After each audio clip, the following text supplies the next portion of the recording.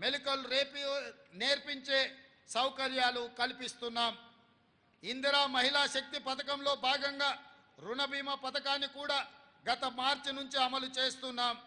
ఈ పథకం కింద సభ్యురాలు ఎవరైనా మరణించినప్పుడు ఆమె పేరున ఉన్న రుణాన్ని గరిష్టంగా 2 లక్షల రూపాయల వరకు మాఫీ చేయడం జరుగుతుంది. స్వయం సహాయక బృందాల మహిళలకు సభ్యులకు స్కూల్ యూనిఫామ్లు కుట్టే పనిని అప్పగించడంతో పాటు వారి ఉత్పత్తుల విక్రయానికి మాదాపూర్లోని శిల్పారామం వద్ద డ్వాక్రా మహిళా బజార్ ఏర్పాటు చేస్తున్నాం. ఇందిరా జీవిత బీమా పథకం ద్వారా స్వయం సహాయక సంఘాలలో దాదాపుగా 63,86,000 మంది మహిళా సభ్యులకు జీవిత బీమా సౌకర్యాన్ని కల్పిస్తున్నాం. స్వయం సహాయక సంఘాలలో సభ్యులకు 10 లక్షల ప్రమాద బీమా జీవిత బీమా చేయడం జరుగుతుంది.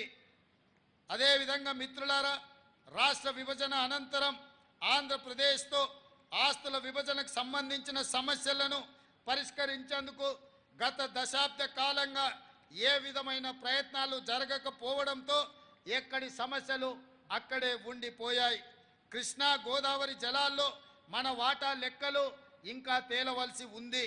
మా ప్రభుత్వానికి రాష్ట్ర ప్రయోజనాలు ముఖ్యం. ఇందుకోసం ఇరుగు పొరుగు రాష్ట్రాలతో కేంద్రంతో స్నేహపూర్వకంగా సఖ్యతతో వ్యవహరిస్తాం.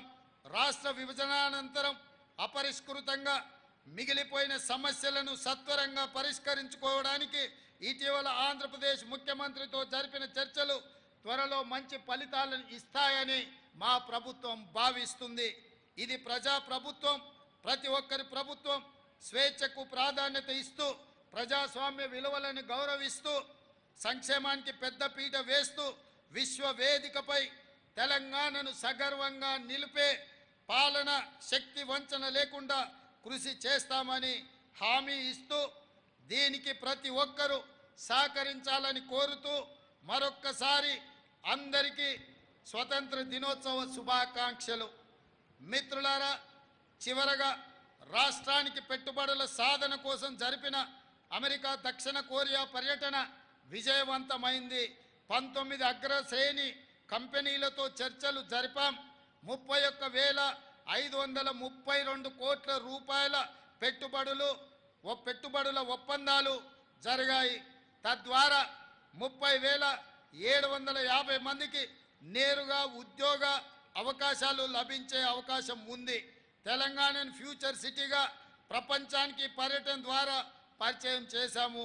ఇదొక గొప్ప ముందడుగు. భవిష్యత్తులో తెలంగాణ మరిన్ని ఉన్నత శిఖరాలను చేరుతుందని రైతులు, యువత, మహిళలు, వృద్ధులు, ఉద్యోగులు, వ్యాపారులు సకల జనులతో సుఖశాంతులతో శోభిల్లే తెలంగాణగా మార్చేందుకు ప్రజా ప్రభుత్వం పాలన అందిస్తుందని హామీ ఇస్తూ మీ అందరికీ స్వతంత్ర దినోత్సవ శుభాకాంక్షలు, ధన్యవాదాలు తెలియజేస్తున్నాను. జై Telangana. His vision brings victory. His journey beckons prosperity. Steering Telangana